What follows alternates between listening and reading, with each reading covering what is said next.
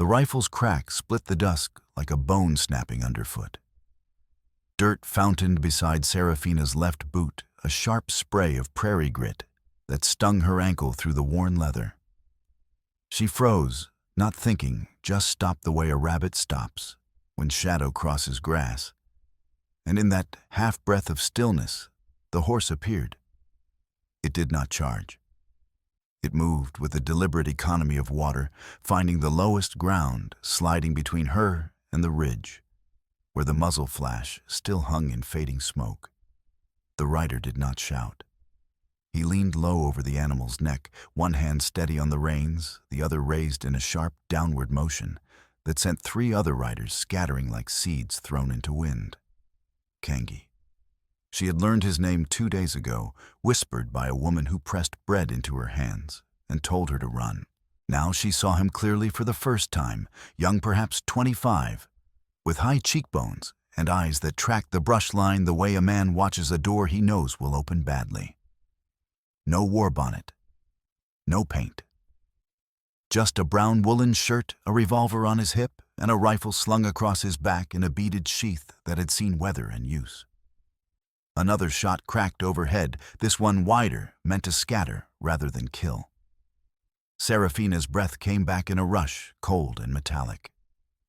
She could see the dark line of brush, where the shooter hid maybe 200 yards off, tucked into the fold of land, where the ridge dropped toward the dry creek. Farther back along the southern track that ran parallel to the old freight road, a long line of riders advanced in slow procession. Torches bobbed in their hands, orange flames licking the twilight like candles in a procession of the departed. The sight froze her more than the bullets. It was cinematic in its strangeness, too deliberate, too visible, too much like a parade.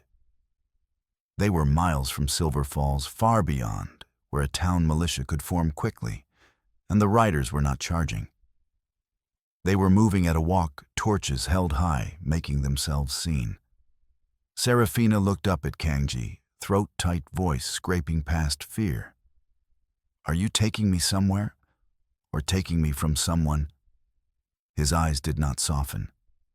They stayed on the ridge on the torch line, calculating distance and time, the way a man counts coins he cannot afford to lose. When he finally spoke, his voice was steady, neither warm nor cruel. "Both." A third shot snapped over the dirt road, this one from a different angle. Kangi tightened the reins, angling his horse so its body remained between Serafina and the ridge. He raised his hand again, one finger extended, then 2, then a sharp sweep toward the west. The torch line widened immediately, riders spreading out in a formation that looked twice as large as it had moments before. A decoy. The realization hit her like cold water. The torches were not an attack. They were bait meant to pull the posse's attention south, while the real movement stayed hidden in the river bottoms and draws where the land folded deep enough to swallow horses and men. Kangi glanced down at her just once and jerked his head toward the gully 20 paces east. "Move." Serafina moved. The Eagle Fork River ran wrong. That was the first thing Kangi noticed when he knelt at the bank 3 weeks earlier, dipping his hand into water that should have been cold and clear in early autumn, but instead tasted metallic, slightly oily wrong, in a way that made his stomach tighten before his mind caught up. Fish drifted belly up near the shallows, pale and bloated, clustered in the eddies where the current slowed. Downstream, where his people drew water for cooking and washing, the children had begun to complain of headaches. The women boiled the water longer, added herbs, prayed quietly. It did not help.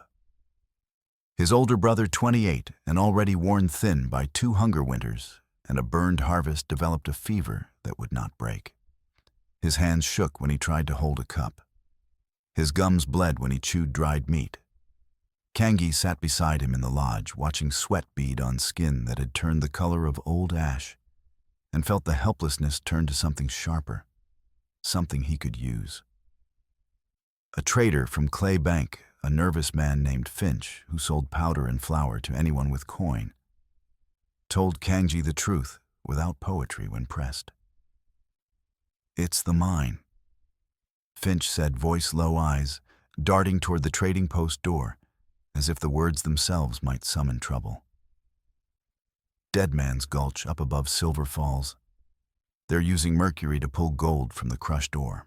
The runoff goes straight into the watershed. I've seen it before down in California. Mercury eats a man from the inside." Kanga did not ask why Finch sold supplies to the mine if he knew what it was doing. Men like Finch survived by selling to everyone and caring about no one. Instead, Kangji asked the only question that mattered. "Can you prove it?" Finch shook his head quickly, already backing away. "I don't prove nothing. I just sell flour." Kangji left the trading post with facts, not justice. Facts he could use. A public clash near a mining town would bring bullets, rope, and cavalry.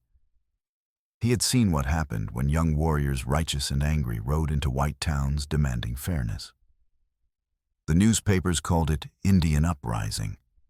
The cavalry called it target practice. Kangji had no interest in dying for a headline. He needed evidence that could outlive a gunfight. He needed witnesses who could speak in courtrooms, not just around fires. He needed the kind of truth that white men respected, written, signed, stamped, and delivered by someone they could not simply shoot. He rode with a small, disciplined party. Yaji was the quiet one, a scout with the patience of a good tracker, the kind of man who could sit motionless in tall grass for 3 hours, waiting for the right moment to move. Diani was Lakota, sharp-eyed and deliberate, with a gift for reading people the way Yaji read prints in wet earth. She could tell when a man was lying before he finished his first sentence. Lakota was the dangerous one, angry in the way a dog is angry after being kicked too many times, barely holding the leash on revenge that wanted to become slaughter. Kangji kept him close, not because he trusted him, but because letting him ride alone would turn survival into suicide.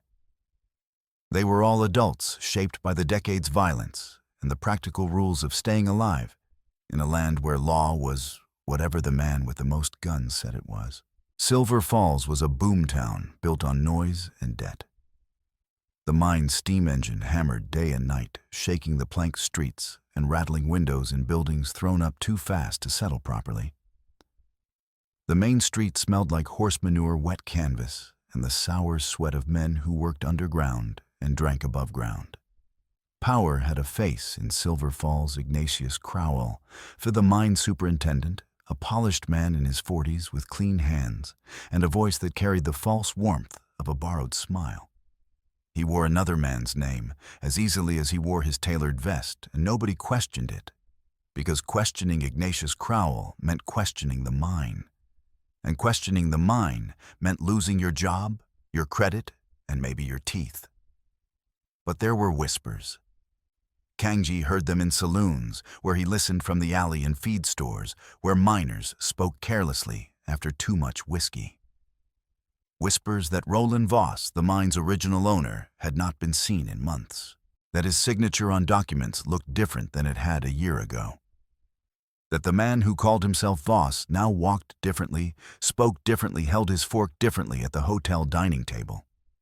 Most people ignored the whispers, because ignoring them was safer than asking questions. But the whispers were there like smoke seeping under a closed door. Power also had a badge.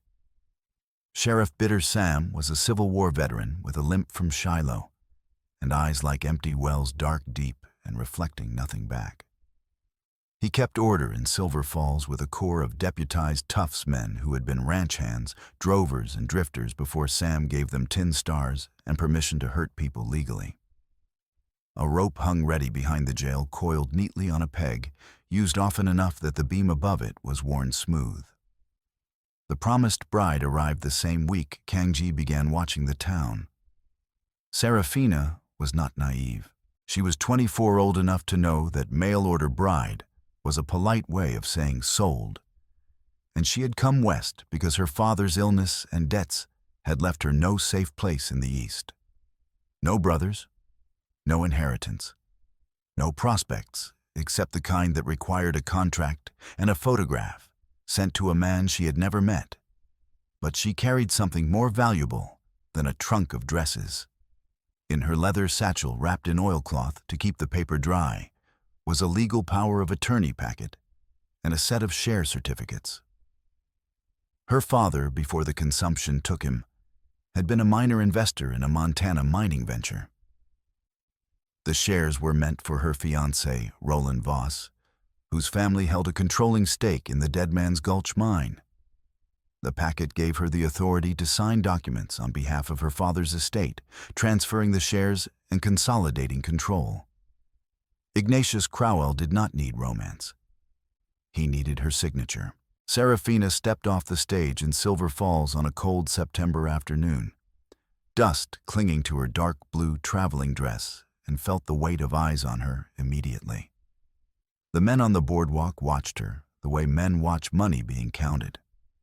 She kept her chin level, her hands steady on the satchel strap, and walked toward the hotel without looking back. Ignatius met her in the hotel lobby that evening, hat in hand, smile in place. "Miss Serafina," he said warmly, extending a hand she had no choice but to take. "I trust your journey was not too difficult. Mr. Voss sends his apologies. Business at the mine has kept him occupied, but he looks forward to meeting you tomorrow." Serafina studied him carefully. His suit was too fine for a mining town. His hands were too clean. His smile did not reach his eyes. "I appreciate your hospitality, Mr. Crowell. I hope Mr. Voss is well." "He is," Ignatius said smoothly. "Quite well. In fact, he is eager to finalize the arrangements. There are some papers that require your attention, formalities regarding the shares your father entrusted to you. We can attend to them tomorrow before the ceremony." "The ceremony?" The word landed like a stone in cold water. Serafina nodded politely, because politeness was the only armor she had left. "Of course." That night, alone in a rented room that smelled of lye soap and old wood, she opened the satchel and studied the documents by candlelight. The signatures were correct. The seals were intact. Everything was legal, proper, and binding. If she signed tomorrow, she would transfer control of her father's shares to Roland Voss. If she married tomorrow, she would bind herself to a man she had never met in a town that felt like a trap closing. She blew out the candle and lay awake in the dark, listening to the mine's distant hammering and the sound of men shouting in the street below. Tomorrow, she thought. Tomorrow I will meet him and know if this was a mistake. But tomorrow she would discover was already owned by someone else. Kangji found the one white man in Silver Falls who could not lie to himself. Dr. Charles was an immigrant German or Austrian by birth, with stained cuffs and tired hands that shook slightly when he lifted a cup of coffee. His clinic was a narrow building wedged between a saloon and a feed store smelling of carbolic and old blood. He treated miners, whores, drifters, and anyone else who could scrape together $1 or barter something worth his time. Kangji approached him carefully, not through the front door, but through the alley late at night, when the street was mostly empty. He knocked once low and deliberate. Dr. Charles opened the door with a scalpel in one hand, eyes narrowed, then saw Kangji's empty hands and the deliberate calm in his posture. "You are not here to rob me," Charles said quietly. "No." "Then you are here because someone is sick and you cannot take them to a white doctor." "Yes and no." Kangji stepped inside when Charles moved back, closing the door behind him. The clinic was small, cluttered with books and instruments lit by a single oil lamp. "My brother is sick. So are others. Fish are dying in the river. The water tastes wrong. I need to know why." Dr. Charles set the scalpel down and studied Kangji for a long moment. Then he sighed, the sound of a man who has been carrying a secret too long. "Sit." Kangji sat. Charles opened a worn ledger and turned it so Kangji could see the columns of names, dates, and symptoms. "Miners," he said, tapping the page. Shaking fingers, bleeding gums, sudden rages, memory loss, weakness, vision problems. I have been recording it for 8 months. It is poisoning. Mercury, Kengi said. Charles looked up sharply. You know.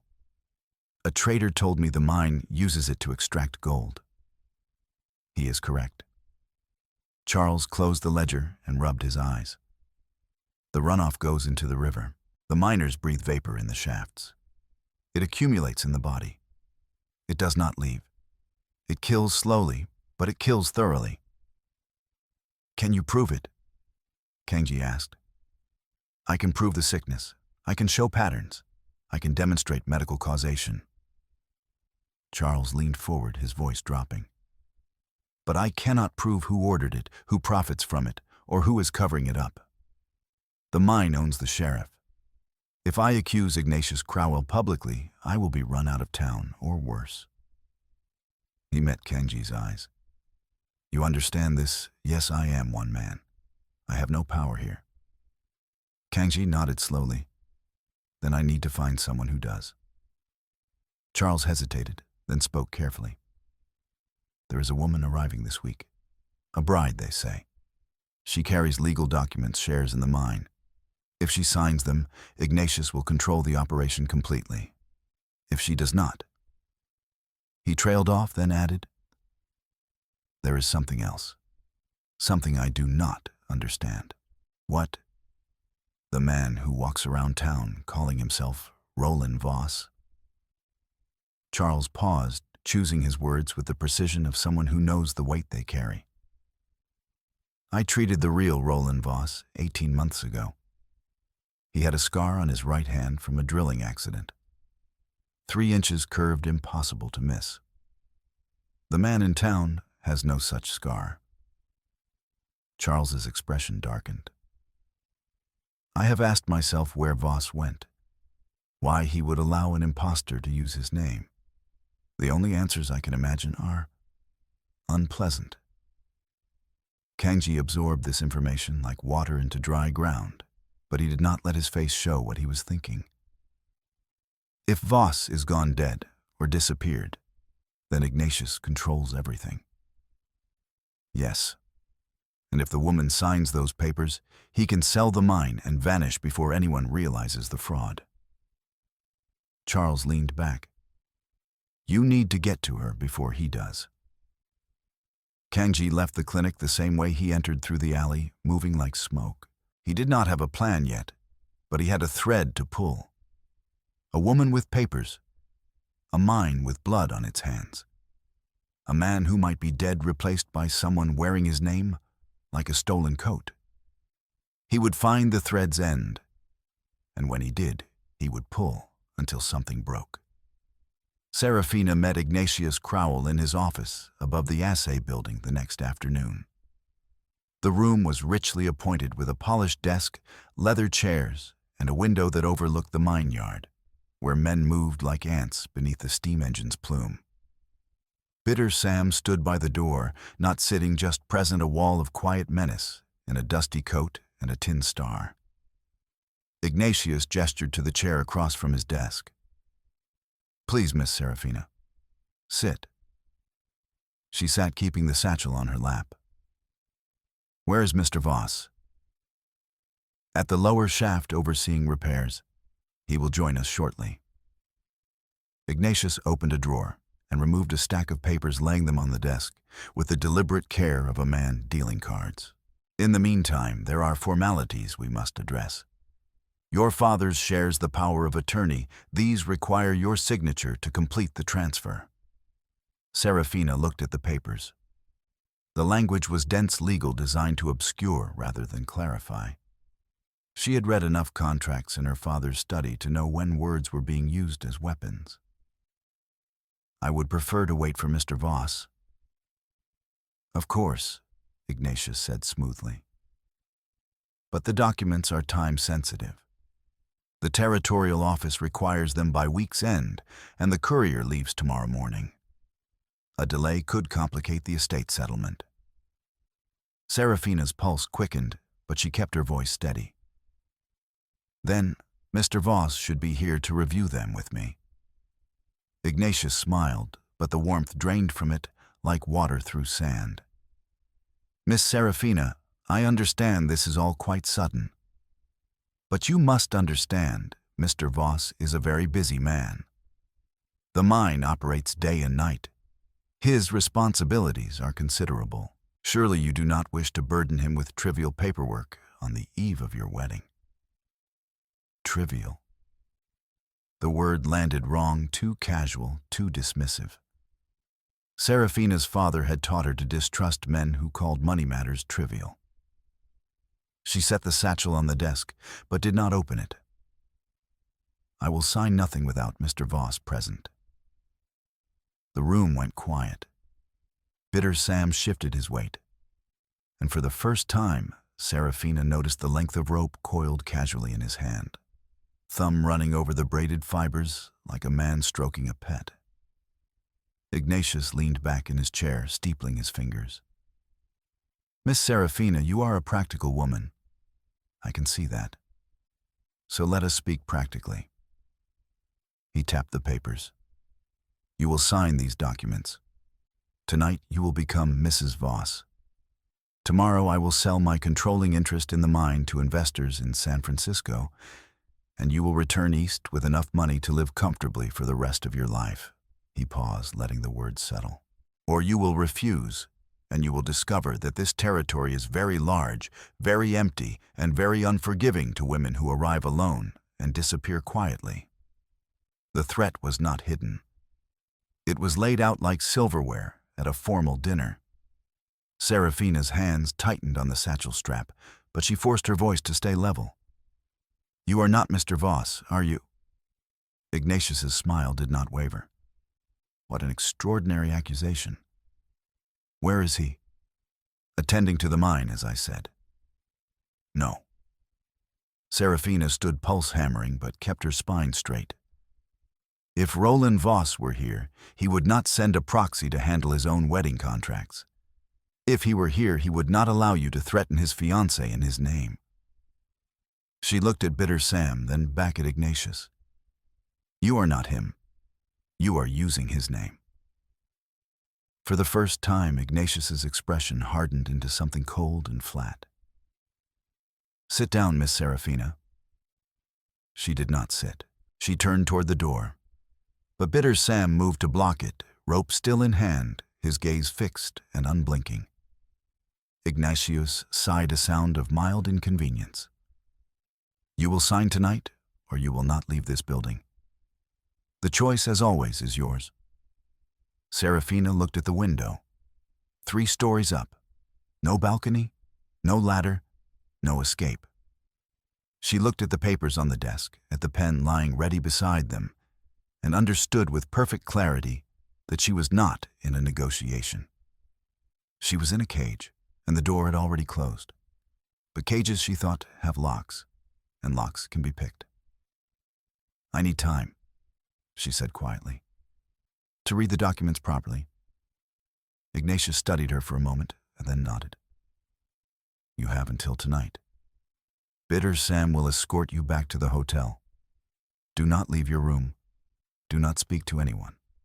At 8 o'clock we will return and you will sign.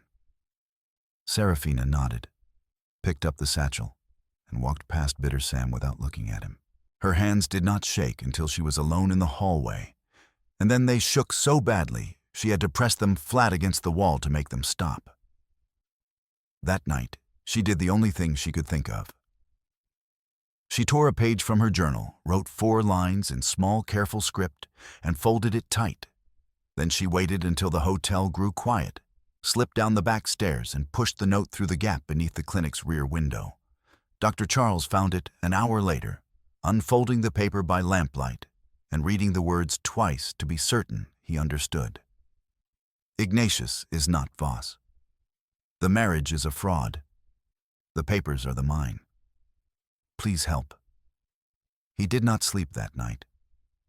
Instead, he wrapped the note in oilcloth, walked to the livery stable where he knew a Shoshone hand named Thomas sometimes slept in the hay, and pressed $2 silver into the man's palm along with the note. Find Kangi, Charles said. Give him this. Tell him the woman needs a way out.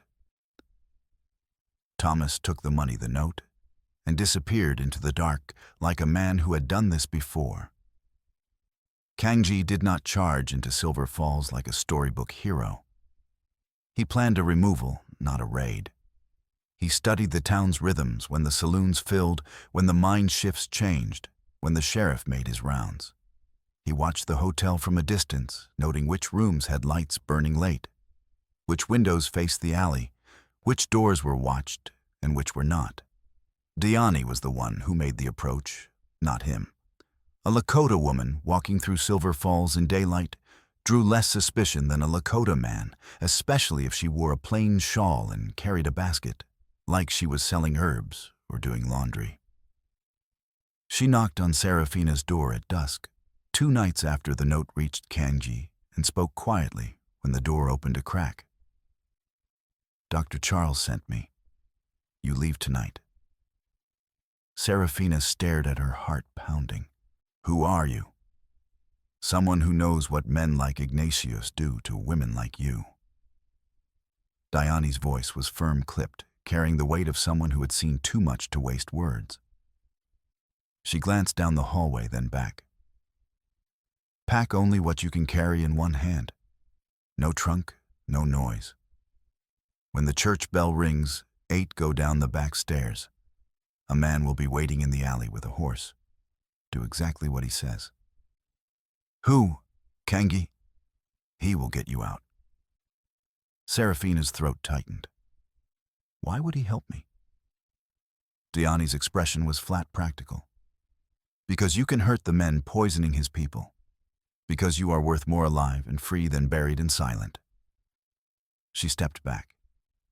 8 o'clock, backstairs. Do not be late. The door closed.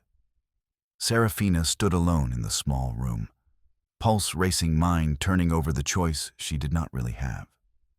Stay and sign become a tool in Ignatius's hand, and hope he kept his word about money and freedom, or trust a stranger, a Lakota warrior, a man she had never met, and run into the dark with no guarantee of anything except danger.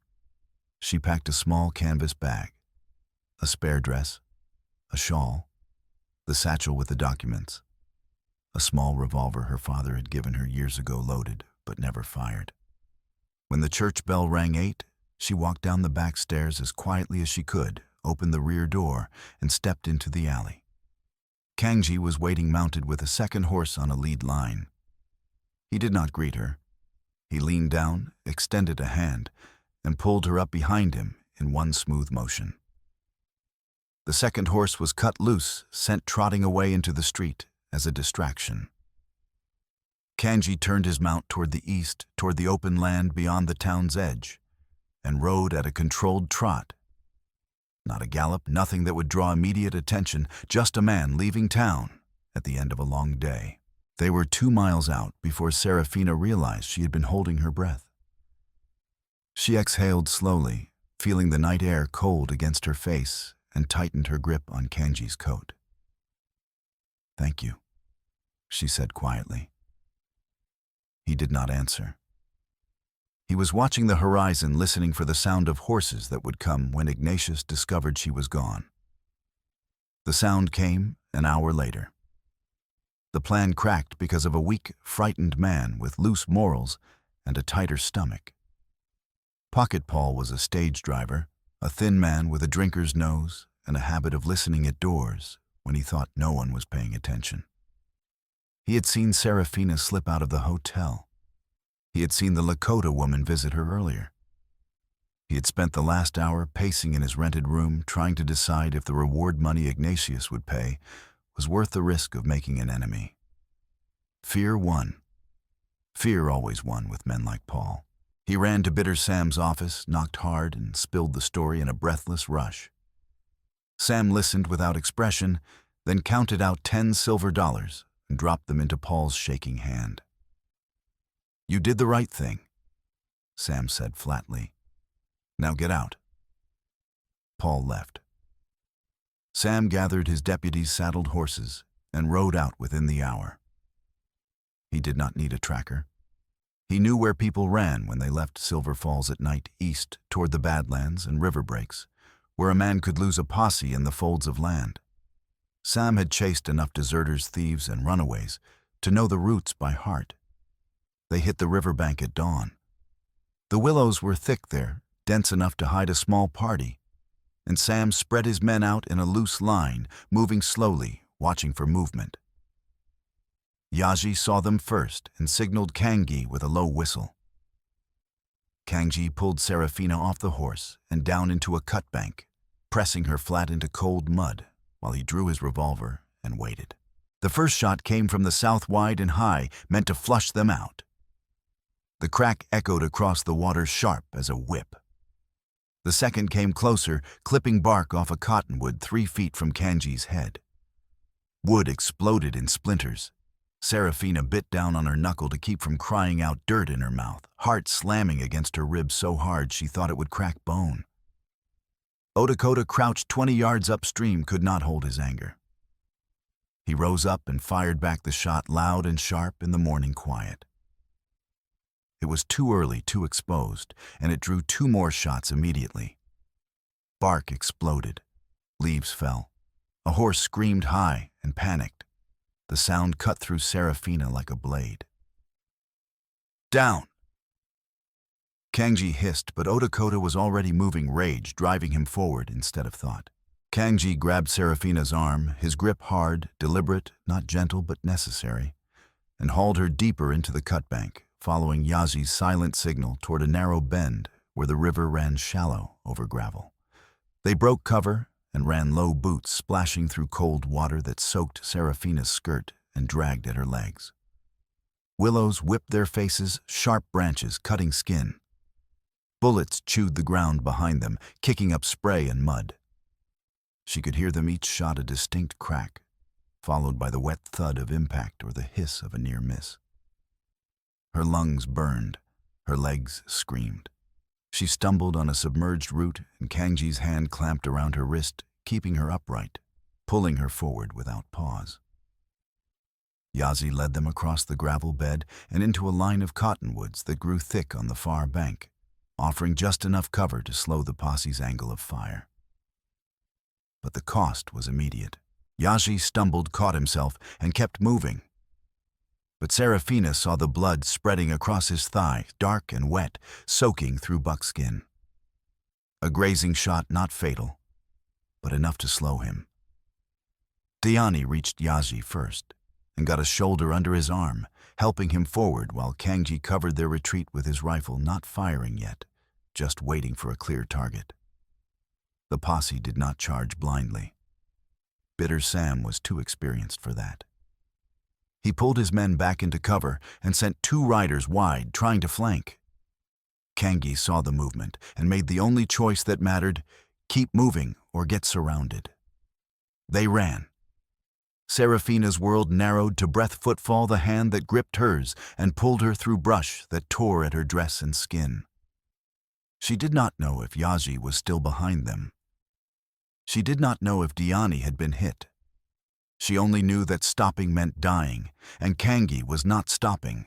She matched his pace step for step, her fear transforming into something harder, something that carried her forward when exhaustion said to fall.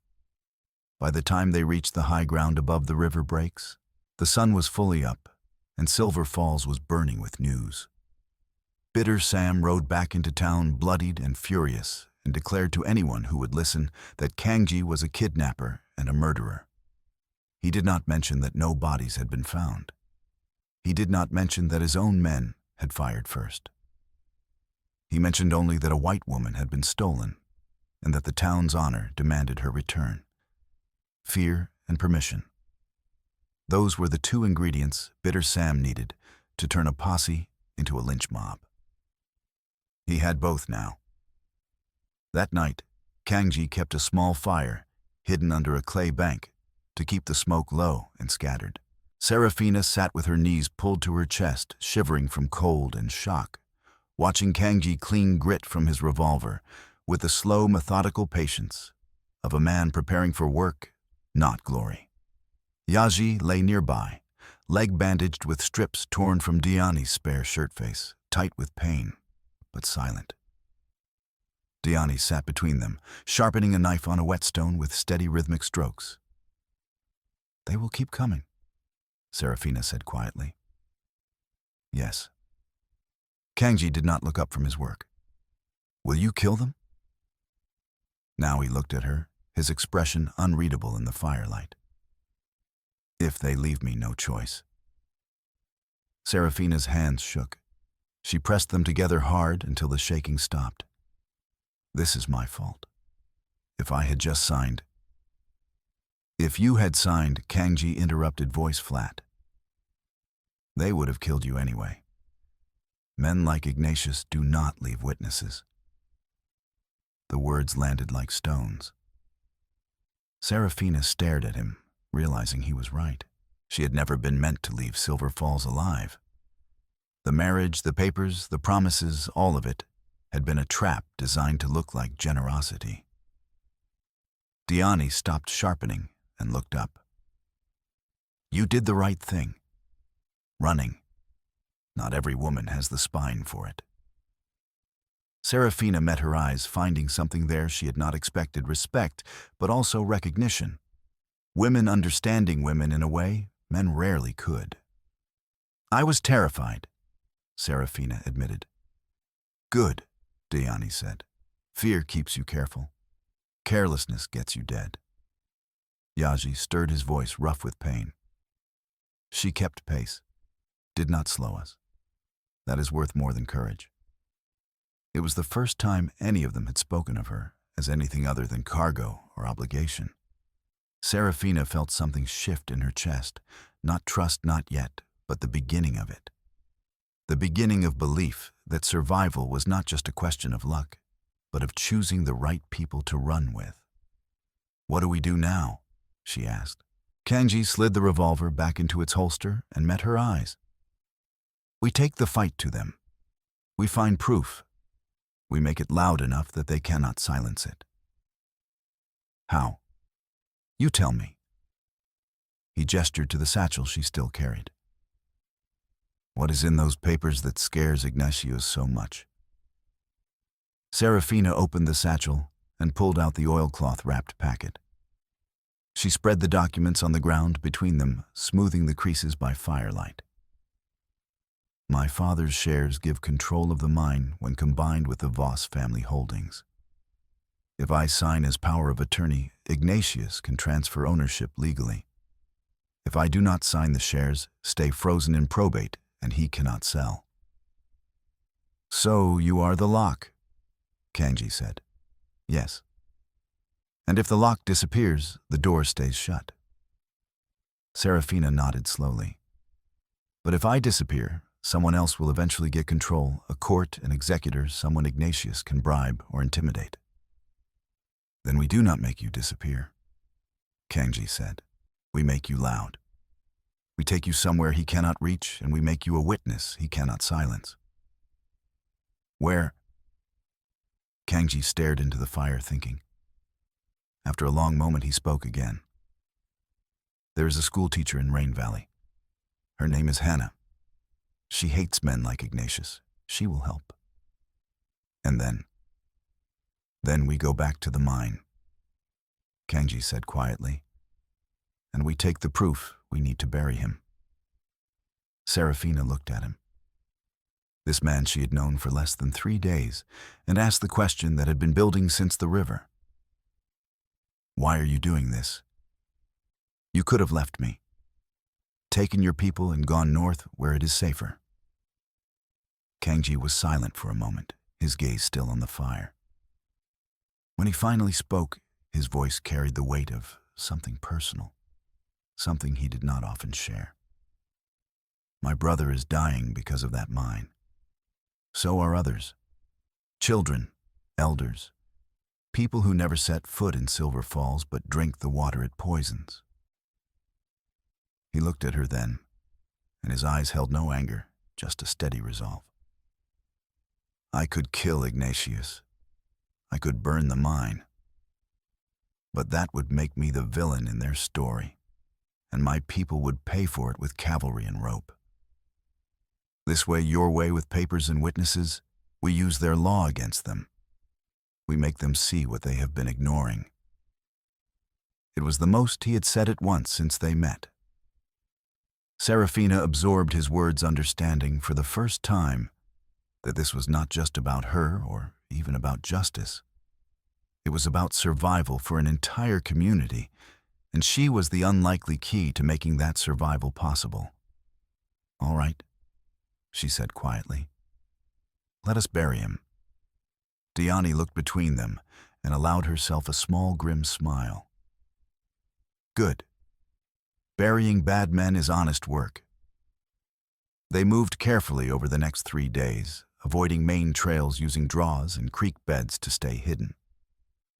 Yaji's legs slowed them, but he did not complain, just gritted his teeth and kept moving. Diani walked beside him, steadying him when the ground grew rough, her silence more comforting than any words. During those 3 days, Serafina learned. She learned to reload a rifle without looking, her fingers learning the weight and shape of each cartridge. She learned to walk quietly, placing her feet where Kangi placed his, avoiding branches that would snap and gravel that would slide. She learned to read the horizon for dust, the wind for smoke, the birdsong for warnings of men approaching. And in the quiet moments when they rested in gullies or waited for darkness to move again, she learned about them. About Yaji, who had been a tracker for a cavalry unit, before realizing they were using his skills to hunt his own people. About Diani, who had lost her husband to a lynch mob that mistook him for someone else and never apologized. About Lakota, whose sister had been one of the women who disappeared after arriving in Silver Falls as a promised bride. She told them about her father, a gentle man who had loved books and mathematics, who had died slowly and painfully, while she read to him from novels he could no longer focus on. She told them about the East, about cities that felt like cages, about the suffocating expectation that a woman's only value was in marriage and silence. One night, as they waited for the moon to set before moving again, Kangi sat beside her on a flat rock overlooking the valley. He did not speak at first, just handed her a strip of dried venison and a canteen. She ate slowly, tasting salt and smoke, and watched the stars emerge in a sky so vast it made her feel both insignificant and strangely free. "You did not have to run with us," Kangi said quietly. "When the shooting started at the river, you could have stayed down, let them find you, told them we kidnapped you. They would have believed you." Serafina considered this and then shook her head. "No. By then I understood. Ignatius was never going to let me leave. Not alive, not free. Running with you was the only chance I had." Kangi nodded slowly. "You trusted us. I trusted that you wanted to survive as much as I did." She glanced at him, their eyes meeting in the starlight. That was enough. Something passed between them in that moment. Not romance, not yet, but recognition. The kind that happens when two people realize they are standing on the same edge, looking at the same drop, and choosing not to fall alone. "When this is over," Kangi said carefully, "and if we are still alive, what will you do?" Serafina had not thought that far ahead. Survival had consumed every thought, every plan. But now, pressed by his question, she considered it. "I do not know. The East feels like a place I used to know, not a place I belong anymore." She paused. "What about you?" "Go back to my people. Help them move to cleaner water. Try to rebuild what the mine took from us." He was quiet for a moment. "But I think it would be easier with someone who understands why it matters." It was not a declaration. It was not a proposal. It was simply an acknowledgement that something had begun between them, fragile and unformed, built on shared danger and the slow accumulation of trust. Serafina felt warmth spread through her chest, despite the cold night. Then let us make sure we survive long enough to find out. Kangji allowed himself a small smile, rare and fleeting. Yes, let us. Rain Valley was not a town, just a cluster of buildings around a crossroads, where farmers and ranchers brought goods to trade. The schoolhouse was a whitewashed building with a sagging porch and a single bell that rang each morning when Hannah arrived to teach the handful of children whose families lived close enough to send them. Hannah was 40, gray-haired, with hands roughened by years of washing laundry and splitting firewood. She opened the door when Diani knocked and took in the group with a single sharp glance, muddy, exhausted, bleeding, and stepped aside without a word. Inside, quickly! They filed in. Hannah barred the door and pulled the curtains closed before lighting a lamp. She looked at Yaji's leg, at Serafina's pale face, at Kanji's calm, watchful eyes, and made a decision. You are running from Silver Falls. Yes, Kanji said. From Bitter Sam. Yes. Hannah nodded, unsurprised. Then you are running from a man who will not stop until you are hung or he is. She looked at Serafina. You are the bride. Serafina swallowed hard. I was supposed to be. Supposed to be. Hannah repeated, tasting the words. But you did not sign. No. Good. Hannah moved to a cupboard and pulled out a sack of dried beans, a twist of jerky, and a small tin of salve. She handed the salve to Diani. For the leg. It is not much, but it will keep infection out. She handed the food to Kanji. You cannot stay here long. Bitter Sam knows I do not love him, and he will search this place if he thinks you pass through. We need information, Kanji said. About the mine, about Ignatius. Hannah's expression darkened. What kind of information? Names, records, proof of what he has done. To the river, to everyone. Hannah was quiet for a long moment, then nodded. There is a telegraph operator in Silver Falls. His name is Owen. He is afraid of Bitter Sam, but he's not loyal to him. If you can get him to send a message, it will reach the territorial marshal in Helena. She paused. But you will need more than accusations. You will need proof. We will get it, Kanji said. Hannah looked at him, measuring him the way a teacher measures a student. You are not a fool, so I will not treat you like one. If you go back to Silver Falls, you will die unless you are very lucky or very smart. She glanced at Serafina. And if she is with you, they will kill her first to break you. Then we make sure she is not with me when it happens, Kanji said. Serafina stiffened. I am not hiding while you... You are not hiding. Kanji interrupted. You are going to the telegraph office. You are the witness, remember the lock. If you stay alive and loud, Ignatius loses. Hannah smiled faintly. He is right. If you want to hurt Ignatius, do not shoot him. Outlive him. Outlast him. Make him know that every move he makes is being watched, recorded, and sent where he cannot reach. Serafina looked between them, frustration and fear warring in her chest. She wanted to argue, to insist that she was not a piece to be moved on a board. But the logic was undeniable. Her survival was the weapon, not her death. All right, she said quietly. I will go to Owen, but only if you promise to come back. Kanji met her eyes, and for the first time something passed between them that was not strategy or survival. It was personal. I will come back, he said. Hannah handed him a scrap of paper with directions scratched in pencil. Owen's house is behind the telegraph office. Knock 3 times, pause, then twice more. He will know you are not Bitter Sam.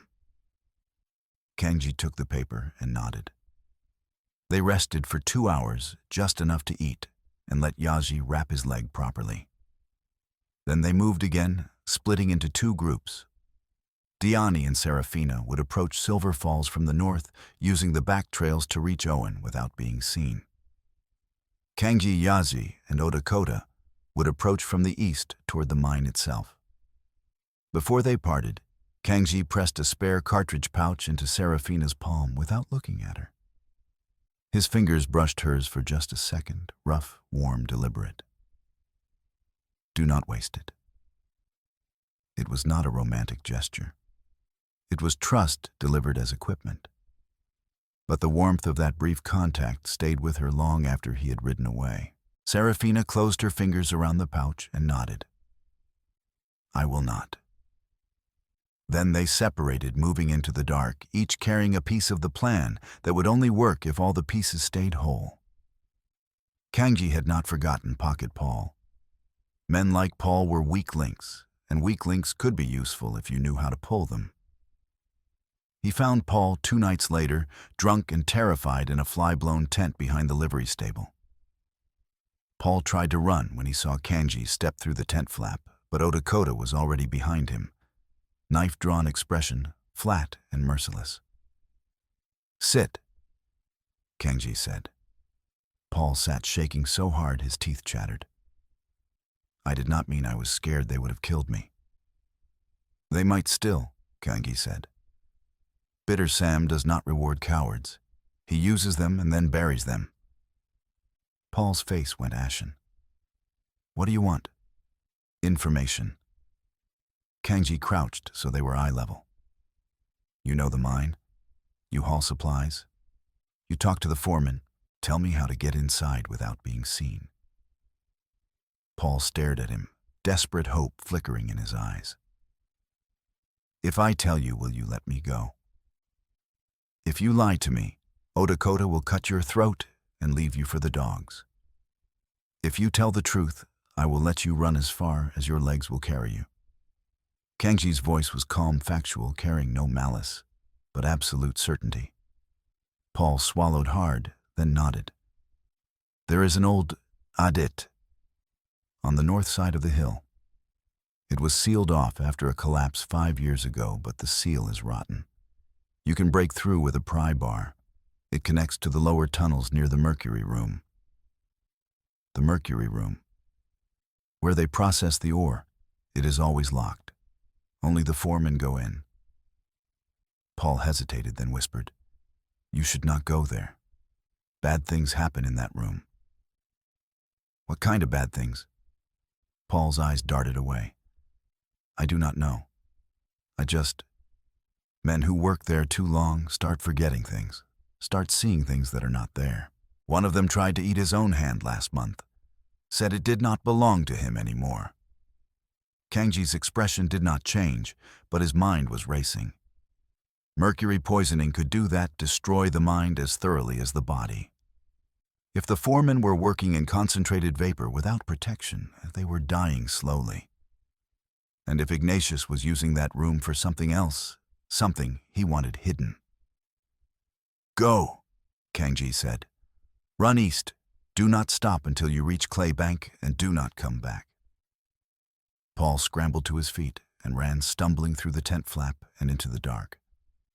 Odakota watched him go, then looked at Kanji. He will betray us again. Probably, Kanji said. But by then, it will not matter. They moved on the mine that night, using Pocket Paul's directions to find the old adit. The seal was rotted just as Paul had said, planks soft, with age and moisture. Yazi pried them loose, while Kanji kept watch ears tuned for the sound of boots or voices.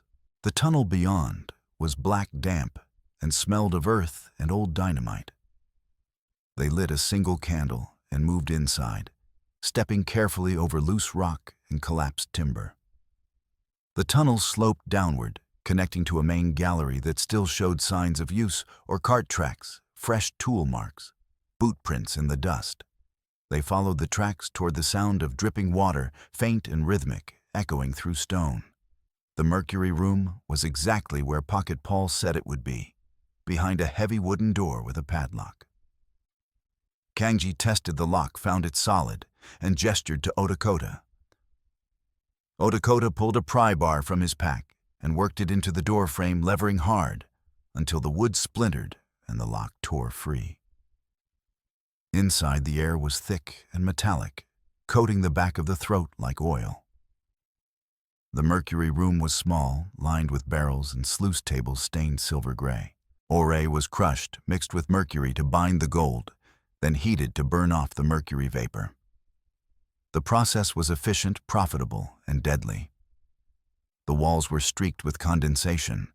The floor was slick, and in the corner, chained to a support beam by one ankle, was a man.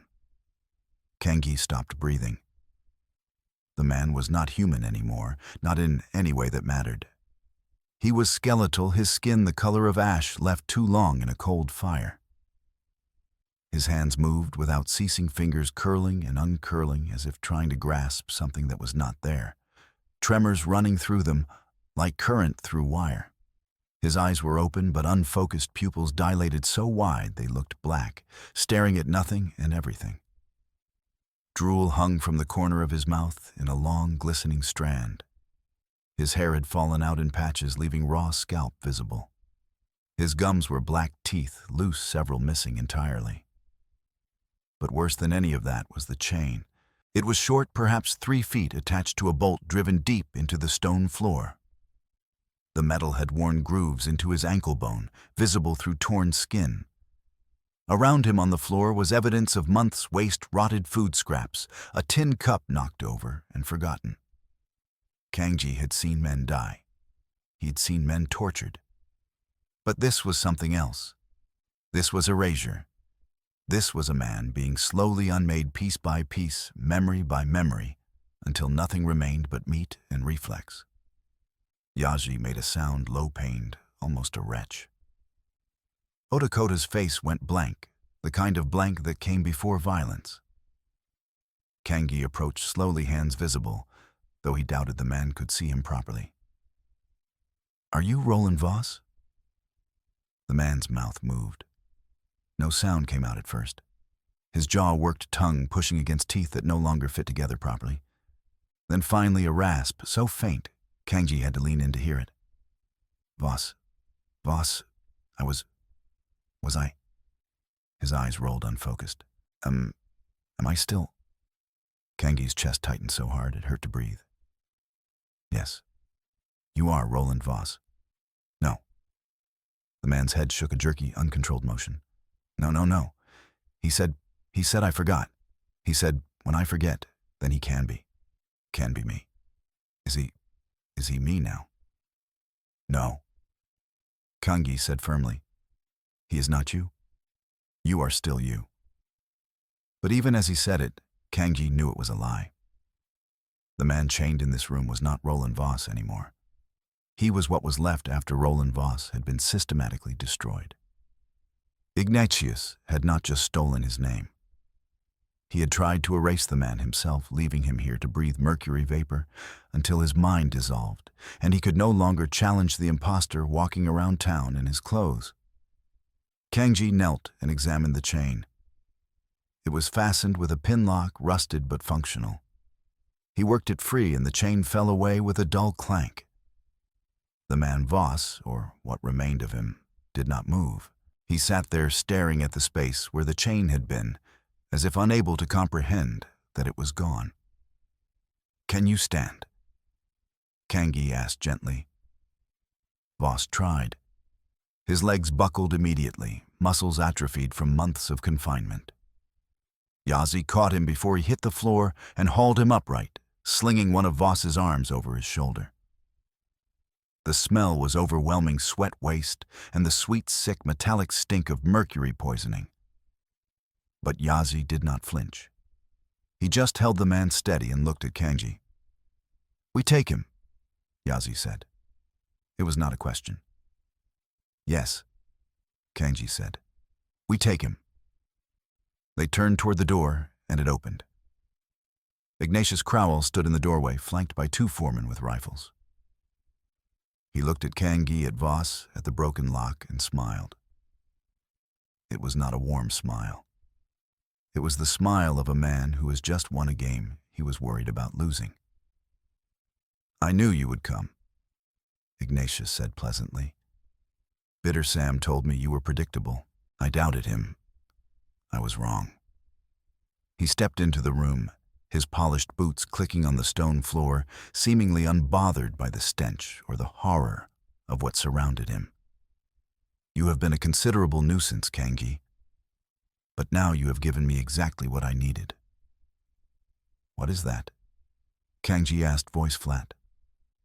Ignatius gestured to Voss with casual disdain. Proof that I acted in self-defense. You broke into my mine. You assaulted my men. You attempted to steal a prisoner awaiting medical treatment. He pulled a folded paper from his coat and held it up. I have documentation here signed by Sheriff Bitter Sam and witnessed by the territorial assayer stating that Roland Voss suffered a mental collapse 6 months ago and attacked me in a fit of madness. I subdued him and have been keeping him safe under medical supervision until proper authorities could arrive to transport him to an asylum. Humanitarian, really. That is a lie, Kangi said. Of course it is, Ignatius agreed smoothly. But it is a lie written on legal paper signed by men with authority sealed with official stamps. Your truth, by contrast, is nothing but words spoken by a Lakota warrior and a man. He glanced at Voss with open disgust, who cannot even remember his own name anymore. Which do you think the court will believe? Kangi's jaw tightened. Ignatius was right. The law did not care about truth. It cared about documentation, and Ignatius had spent months building a paper fortress around his crimes. You are going to die tonight, Ignatius continued conversationally. You, your companions, and Miss Serafina once Bitter Sam finds her. The mine will collapse a tragic accident during your escape attempt. I have men setting charges now. And in the morning I will sell my stake to investors in San Francisco and disappear before anyone thinks to ask uncomfortable questions. He gestured to the foreman. Seal the tunnel. Make it clean. Get. The foreman moved to obey, pulling bundles of dynamite from a crate near the door. The fuses were already cut short, and this was not going to be slow. Lakota did not wait for a plan. He did not wait for a signal. He saw the dynamite, saw the fuses, and understood that waiting meant dying. He lunged forward with a roar, not at Ignatius, but at the nearest foreman, driving his shoulder into the man's gut and slamming him into the wall. The dynamite fell. The foreman's rifle went off the shot, deafening in the enclosed space, the bullet punching through Lakota's side. Lakota did not stop. Blood spread across his shirt, but he kept moving, kept fighting, grabbing the foreman by the throat and squeezing. The second foreman turned his rifle toward Lakota, and Kangi fired. The shot took the man in the shoulder, spinning him around. The rifle clattered to the floor. Ignatius bolted. He ran for the door, abandoning his men, abandoning his plan, running like the coward he had always been beneath the polish. Kangi raised his revolver, but Lakota shouted, "Go get him out!" Lakota's voice was ragged blood bubbling at his lips. He was still holding the foreman against the wall, but his strength was fading fast. I will hold them. Go. Kangi understood immediately. The dynamite was loose on the floor. The fuses were lit. Someone had dropped a lantern in the chaos, and flame was spreading. They had seconds, not minutes. Lakota. Go. Lakota's eyes met Kangi's, and in them was not fear, but resolve. My sister. Remember her? Make him pay. Kangi grabbed Yazi, who was still supporting Voss, and shoved them both toward the side passage. He fired once more at the injured foreman, keeping him down, then turned and ran. Behind them, Lakota released the foreman he had been choking and picked up the fallen dynamite bundle. His hands were steady despite the blood, despite the pain. He looked at the charges at the tunnel entrance where Ignatius had fled and made his choice. The explosion came as Kangi, Yazi, and Voss reached the side passage. The shock wave was a physical blow, a fist of compressed air that threw them forward onto stone. Dust poured down from the ceiling. Timbers groaned and snapped. Somewhere behind them, the main tunnel collapsed with a roar that sounded like the earth itself screaming. They scrambled forward through darkness, following the faint current of air that meant an opening somewhere ahead. A second explosion came closer this time, and the passage floor buckled beneath them. Rock fell. A timber beam swung down and caught Yazi across the shoulder, driving him to his knees. Voss slipped from his grip and hit the floor hard, curling into a ball hands over his head, making animal sounds of terror. Kangji grabbed Voss and hauled him up, ignoring the way the man's body felt like nothing but bone wrapped in skin. He grabbed Yaji with his other hand and forced them both forward through the collapsing tunnel. His lungs burned. His eyes watered from dust. He could not see, could not breathe, could only move forward because backward meant burial. The exit appeared like a miracle, a narrow crack in the hillside, barely wide enough to squeeze through. Kangji shoved Voss out first, then Yaji, then threw himself after them. They tumbled down a rocky slope, rolling through brush and gravel, and came to rest in a dry creek bed under a sky full of stars. Kangji lay there for a long moment, ears ringing, tasting blood and dust. Then he forced himself up and checked the others.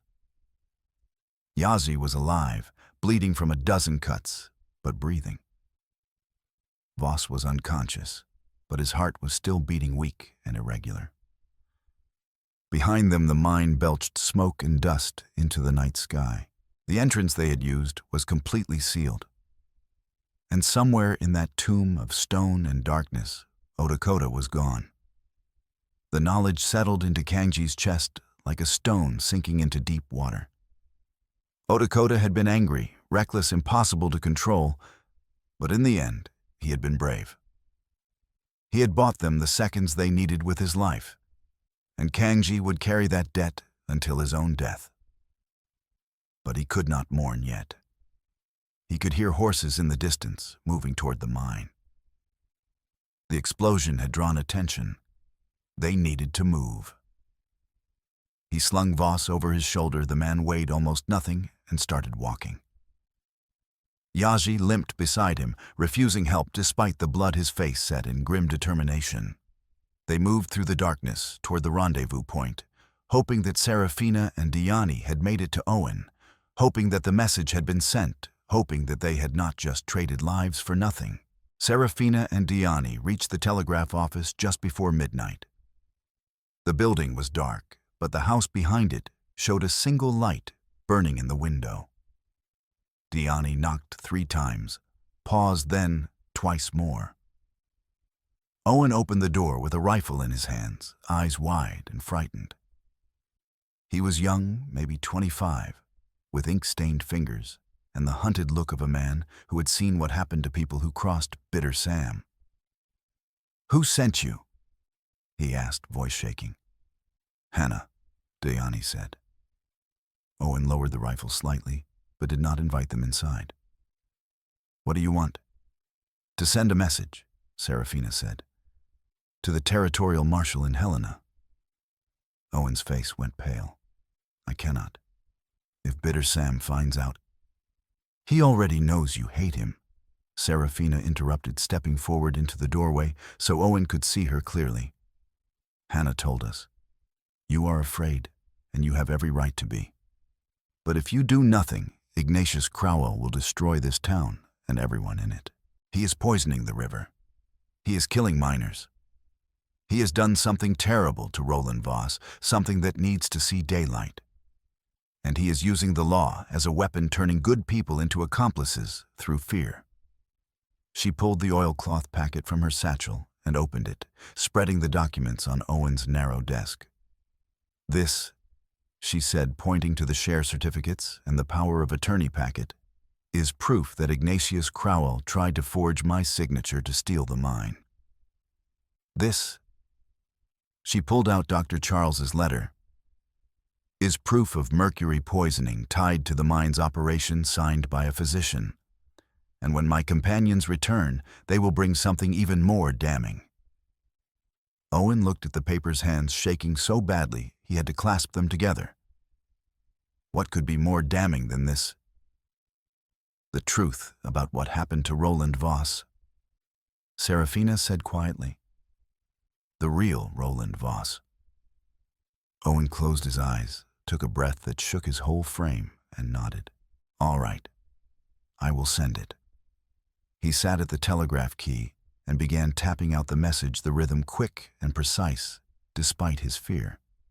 Serafina watched the key move, each click a small act of defiance, each pause a moment when the whole thing could still fall apart.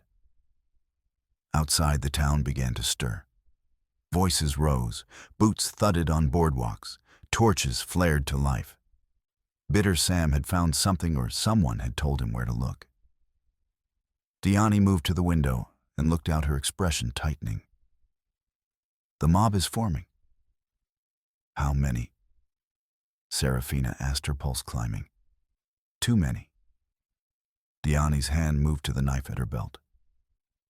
They are coming this way.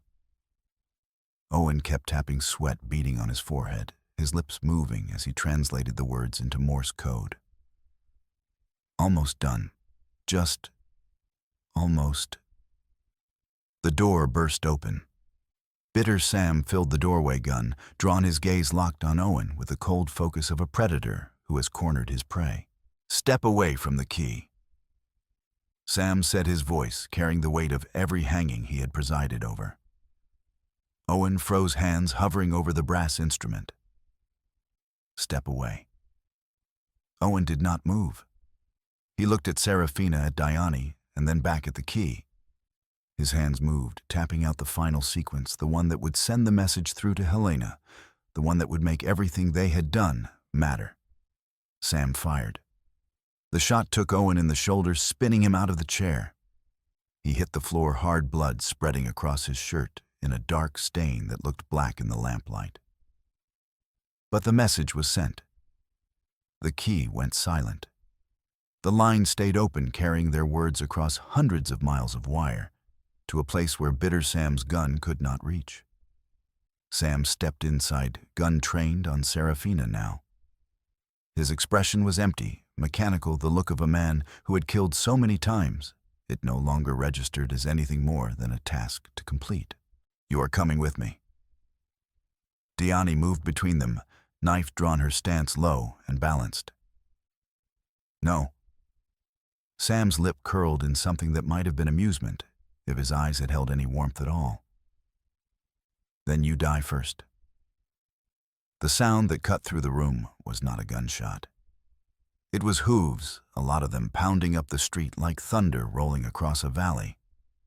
Sam turned toward the sound, and in that heartbeat of distraction, Diani threw the knife. It spun once, twice, and buried itself deep in Sam's thigh.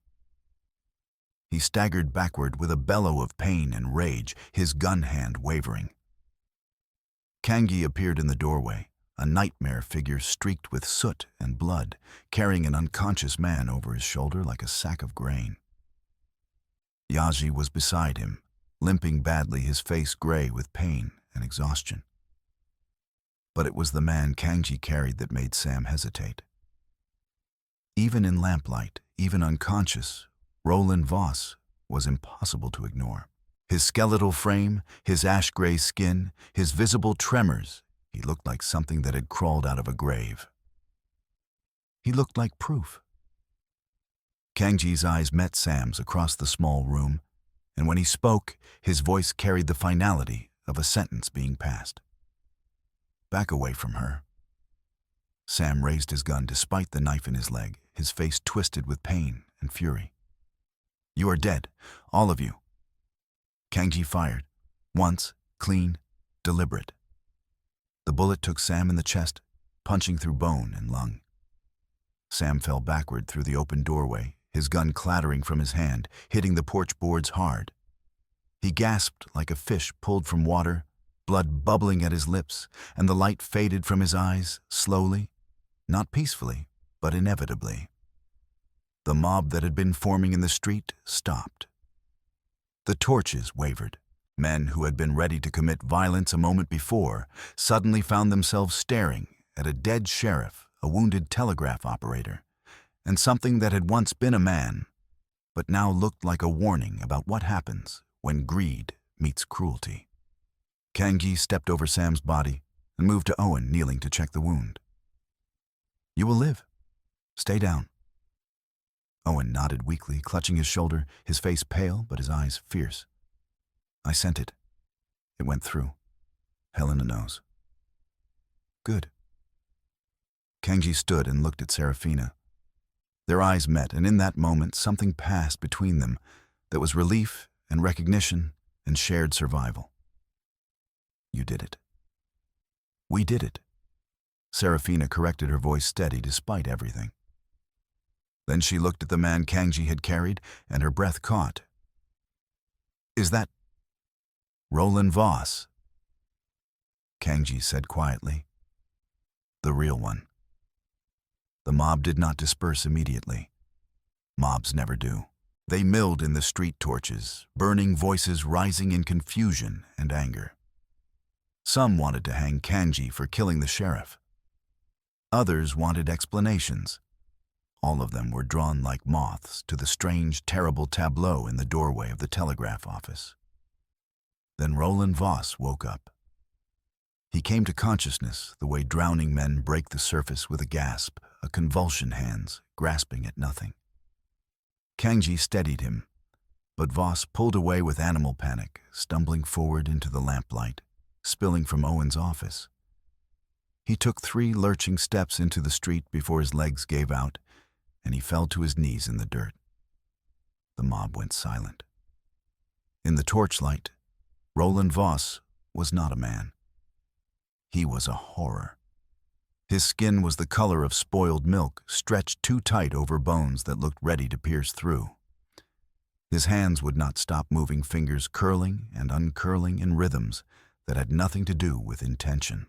His mouth hung open, drool glistening on his chin, and when he tried to speak, the sounds that came out were not words, but fragments, syllables, without meaning, the wreckage of language. But his eyes were the worst part. They were aware. Somewhere deep behind the tremors and the broken speech and the poisoned body, a human being was still trapped, still conscious, still experiencing every moment of what had been done to him. A woman in the crowd made a sound, half sob, half retch. A man dropped his torch and backed away. These were people who had seen violence, who had seen death. But this was something else. This was deliberate destruction. This was what happened when someone decided to erase another human being slowly, methodically, using mercury vapor as a weapon more cruel than any bullet. Dr. Charles pushed through the crowd, his medical bag in hand. He took one look at Voss, and his face went white. "How long?" he asked Kangi. "How long was he down there?" "Months," Kangi said. 6, maybe more, chained in the mercury room. Charles knelt beside Voss and began his examination with shaking hands. He checked the man's pulse, his pupils, his reflexes. He looked at the raw wounds where the chain had worn through skin to bone. He smelled the sweet, sick, metallic stench that clung to Voss like a shroud. Finally, Charles stood and faced the crowd. His voice was loud enough to carry to every person in the street. "This man is Roland Voss. I treated him 2 years ago for a broken wrist. I know his medical history. I know the scar he had on his right hand." Charles held up Voss's trembling right hand, so the torchlight caught it, showing the old drilling scar still visible despite everything else. "This is Roland Voss, and what has been done to him is mercury poisoning on a scale I have never seen. Deliberate, prolonged, intended to destroy his mind while keeping his body alive." The crowd stirred uneasily. Someone called out, "Where is Ignatius?" "Running." Kangi said, "He tried to bury us in the mine. He failed." "Then where is he now?" "Find him." Charles said, his voice hard as stone. "Find him and bring him here. Because if Roland Voss is here alive, then the man who has been walking around this town, calling himself Voss, is a fraud, a kidnapper, and a torturer. And I want to see his face when he has to answer for it." The mob fractured. Some men rode toward the mine to search the rubble. Others spread through town, checking the hotel, the assay office, the livery stable. It took less than an hour. They found Ignatius hiding in a root cellar beneath the general store, covered in dust and still coughing from the mine collapse. They dragged him into the street and threw him down in the dirt 10 feet from where Roland Voss knelt, still trembling, still unable to stand on his own. Ignatius looked at Voss, and for the first time his composure cracked. His face went pale. His mouth opened and closed without sound. He was staring at a ghost, at a man he had tried to erase, tried to transform into nothing, tried to replace. And the ghost was staring back. Voss's mouth moved. Sounds came out broken and fragmented, but one word emerged clearly enough for everyone to hear. "You." Ignatius flinched, as if struck. Voss tried again, forcing the words through a mind that no longer entirely controlled his mouth. "You took me. You took my name." The crowd surged forward, rage boiling over. Hands reached for Ignatius. A rope appeared, pulled from someone's saddle. The word "hang" rippled through the mob like a chant. Kangji stepped forward, not to protect Ignatius, but to stop the kind of violence that would turn this into something Ignatius could use later: martyrdom, frontier justice, run amok, an excuse for lawyers to dismiss everything on procedural grounds. But he did not speak. Instead, he simply stepped aside and let the crowd see Roland Voss more clearly. Let them see the tremors, the drool, the animal sounds, the empty, poisoned husk of a man who had once owned the mine, who had once walked these streets with dignity, who had been deliberately destroyed for profit. Hannah pushed through the crowd, her voice cutting through the chaos. "Look at him. Look at what was done. If you hang Ignatius tonight, he dies quickly and the story ends here. But if you hold him for trial, if you make him stand in a courtroom and answer for every day Roland Voss spent chained in that room breathing poison, then the whole territory will know. Every newspaper will print it. Every judge will read it. And no amount of money will save him." The crowd hesitated, torn between the satisfaction of immediate violence and the cold promise of prolonged justice.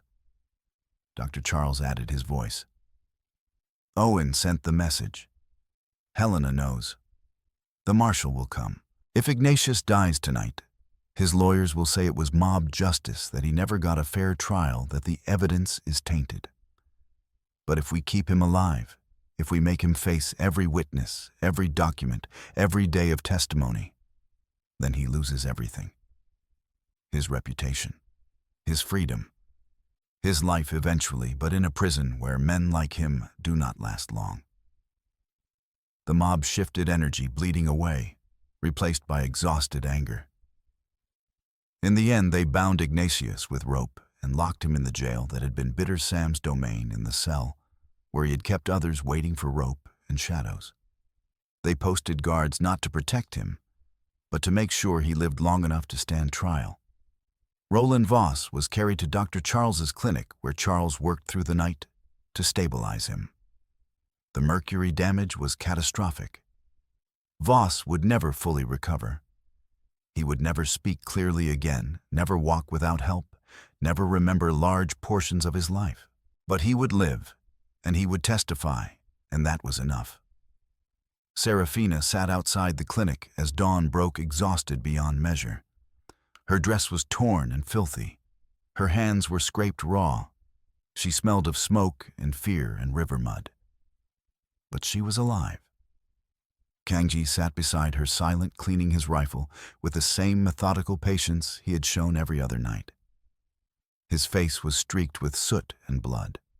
His eyes stayed half-focused on the horizon, even though there was nothing left to watch for. "Oh, Lakota," Serafina asked quietly. Gone, Kangji said. He held them so we could escape. He did not make it out. Serafina closed her eyes, feeling the weight of that loss, even though she had barely known the man. I am sorry. He chose it, Kangji said. He knew what it would cost. His sister disappeared in this town 2 years ago, one of the brides who never made it to the altar.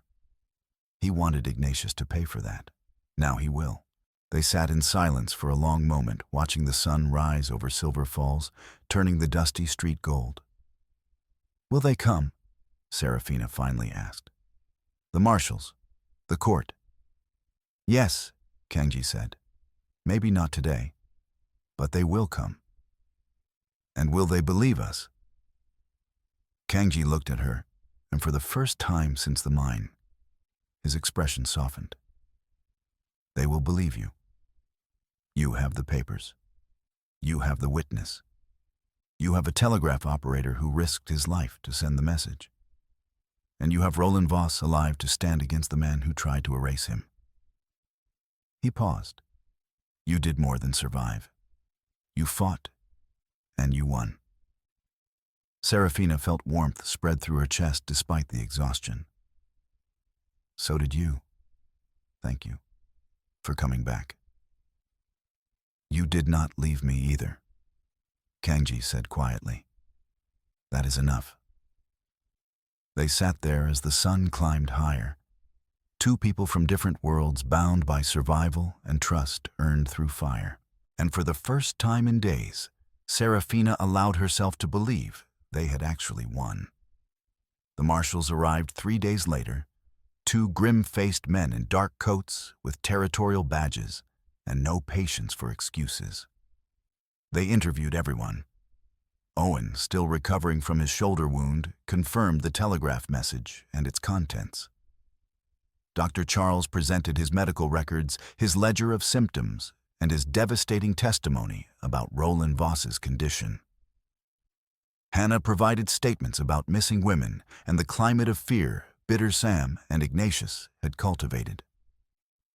The marshals examined the documents. Serafina carried the share certificates, the forged signatures, the power of attorney packet Ignatius had tried to force her to sign. They examined the mine office records, seizing ledgers that showed payments, correspondences with San Francisco investors, and supply orders that revealed the scale of mercury use. They interviewed miners who had worked the mercury room and survived men whose hands shook and whose memories were failing. They interviewed foremen who, faced with the choice between loyalty and prison, chose to testify. And they interviewed Roland Voss. It took hours. Voss could not speak in full sentences. His mind wandered. He forgot what he was saying mid-thought. But he could do one thing clearly, and he did it in front of witnesses, in front of the marshals, in front of a gathered crowd. He pointed at Ignatius Crowell with a trembling hand and forced the words out like stones being pulled from deep water. That man. Not me. He locked me. Dark poison took my name. The marshals arrested Ignatius Crowell on charges of fraud, kidnapping, attempted murder conspiracy, and conducting a scheme of fraud and unlawful confinement. They arrested 2 surviving foremen as accomplices. They sealed the mine and placed its assets in territorial custody pending trial. They did not arrest Kangji. The killing of Bitter Sam was ruled justified self-defense in the protection of another, witnessed by multiple people.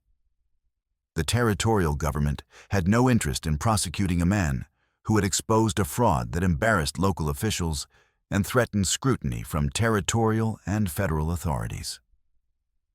The mine was sealed permanently. The territorial office ordered the mercury processing equipment dismantled and the contaminated areas excavated. The river began to run clearer within weeks. The families downstream stopped getting sick. Children's headaches faded. Fevers broke. Kangji's brother recovered slowly, though he would never be as strong as he had been. 2 elders and a child had already died from the poisoning. Their deaths added to the list of crimes Ignatius would answer for. The trial took place 8 weeks later in Helene in a proper courtroom with a judge imported from the East to ensure impartiality. It lasted 6 days. 6. The evidence was overwhelming. The testimony was devastating. Roland Voss was brought into the courtroom in a chair, unable to walk on his own, unable to speak clearly, but alive, undeniable proof of what Ignatius had done. The jury deliberated for 90 minutes. Ignatius Crowell was convicted on all counts. He was sentenced to 25 years hard labor in a territorial prison. The judge, in his sentencing remarks, called it one of the most callous and calculated crimes I have encountered in 30 years on the bench. Ignatius did not survive his first year in prison. Men like him, educated, arrogant, accustomed to control, were targets from the moment they arrived. He was found dead in the prison yard, 6 months into his sentence, beaten so severely that even the guards who disliked him looked away. No one mourned him. Roland Voss did not attend the trial. He was still too fragile. His recovery measured in tiny increments a day, without severe tremors, a night without screaming nightmares, a conversation where he remembered the name of the person speaking to him. He would never be whole. The mercury had taken too much. But he was alive, and after 8 months of constant nursing and medical supervision, he was stable enough to make a decision. He returned east to family, who had thought him dead. He took with him a settlement from the territorial government compensation for what had been stolen, though no amount of money could restore what he had lost. He would live quietly in a place where no one knew what had been done to him, and try to rebuild fragments of a life from the wreckage. He sent Serafina a letter before he left, written in a shaking hand, that took him 3 days to complete. Miss Serafina, I do not remember much. The doctors say I never will. But I remember darkness, and I remember being alone, and I remember thinking no one would come. You came. Thank you for my life, such as it is. I am sorry for the contract that brought you here. You deserved better than to be caught in the web of a monster wearing my name. Be well. Be free. You earned both. Roland Voss. Serafina read the letter once, folded it carefully, and placed it in a small box where she kept things that mattered.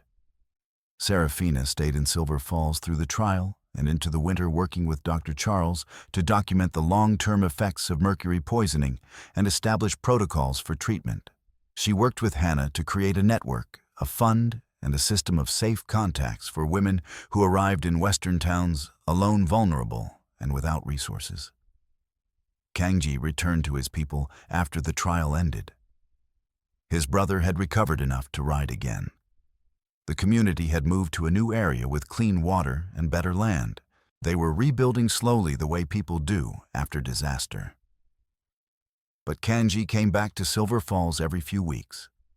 At first, he told himself it was to check on legal matters, to ensure the mine stayed sealed, to make sure the territorial government followed through on its promises.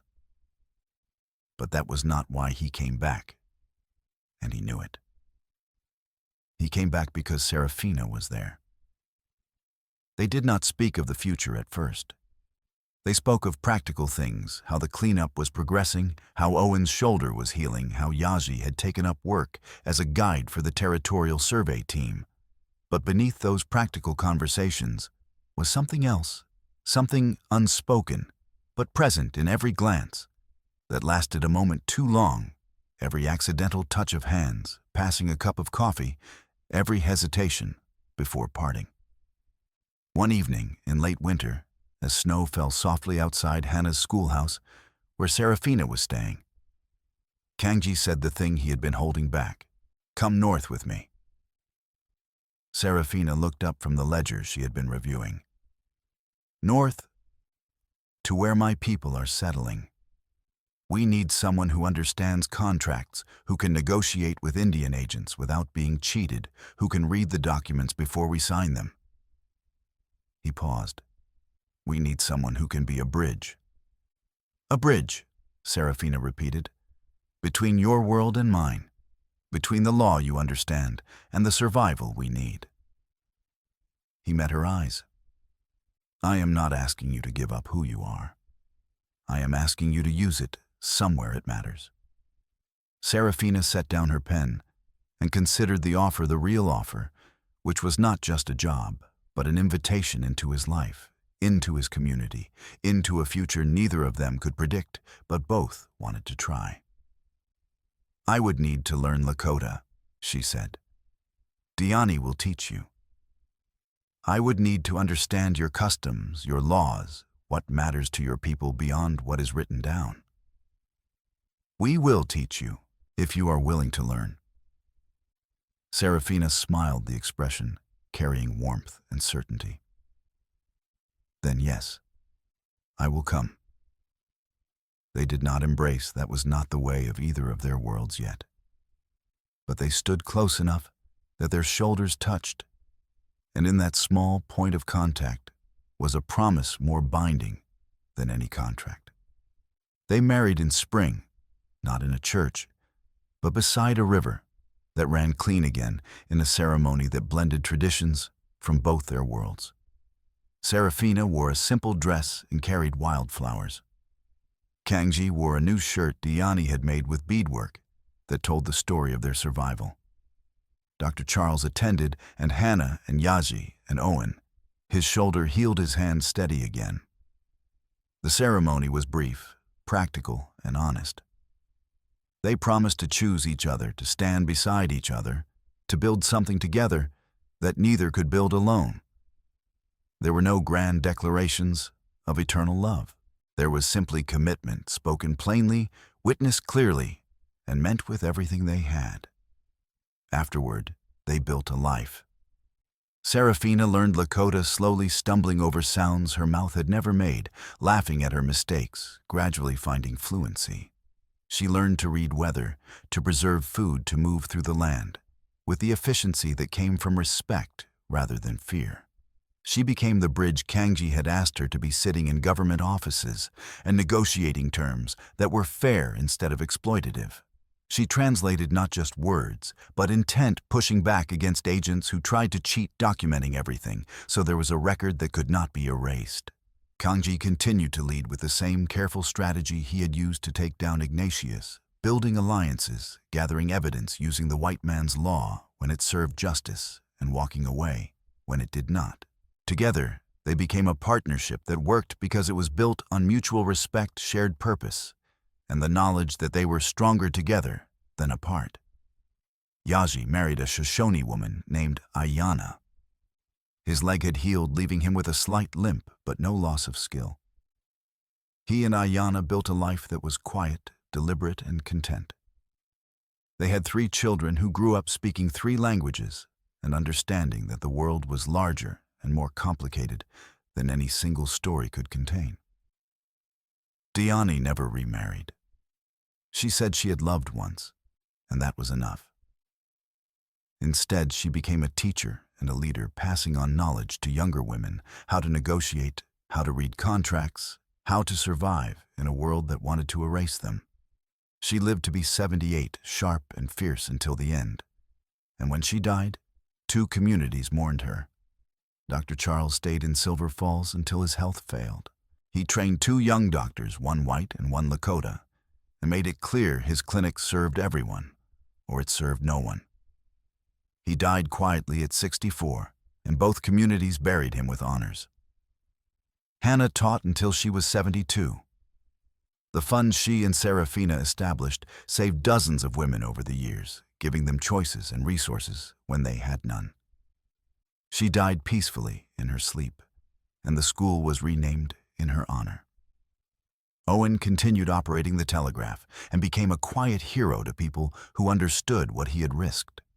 He never married, never sought recognition, and when he died at 55 from pneumonia, the territorial governor sent a letter acknowledging his courage. Pocket Paul ran east and was never seen in Silver Falls again. Rumors said he drank himself to death in Idaho. No one mourned him. 15 years after the trial, on a warm summer evening, Serafina and Kangji sat on the porch of the house they had built together. legally purchased, properly documented, truly theirs. Their children played in the tall grass, a daughter 12, fierce and clever like her mother. A son 9, quiet and observant like his father. And a younger daughter 6, who seemed to contain equal parts of both. Do you ever regret it? Kangji asked quietly, watching the children chase fireflies in the gathering dusk. Staying. Choosing this instead of going back east. Serafina thought about it honestly. She thought about the comforts she had given up, the easy life she could have had, the society she had left behind. And then she thought about the children laughing in the grass, the community she had helped build, the work she did that mattered, and the man sitting beside her who had trusted her with his life and his people's future. No, she said. Not once. Not ever. Kangji took her hand, his grip warm and steady and familiar after 15 years. Good. Because I do not regret it either. They sat there as the sun set, painting the sky in shades of gold and red, watching their children play and listening to the river run clean in the distance. It was not a fairy tale.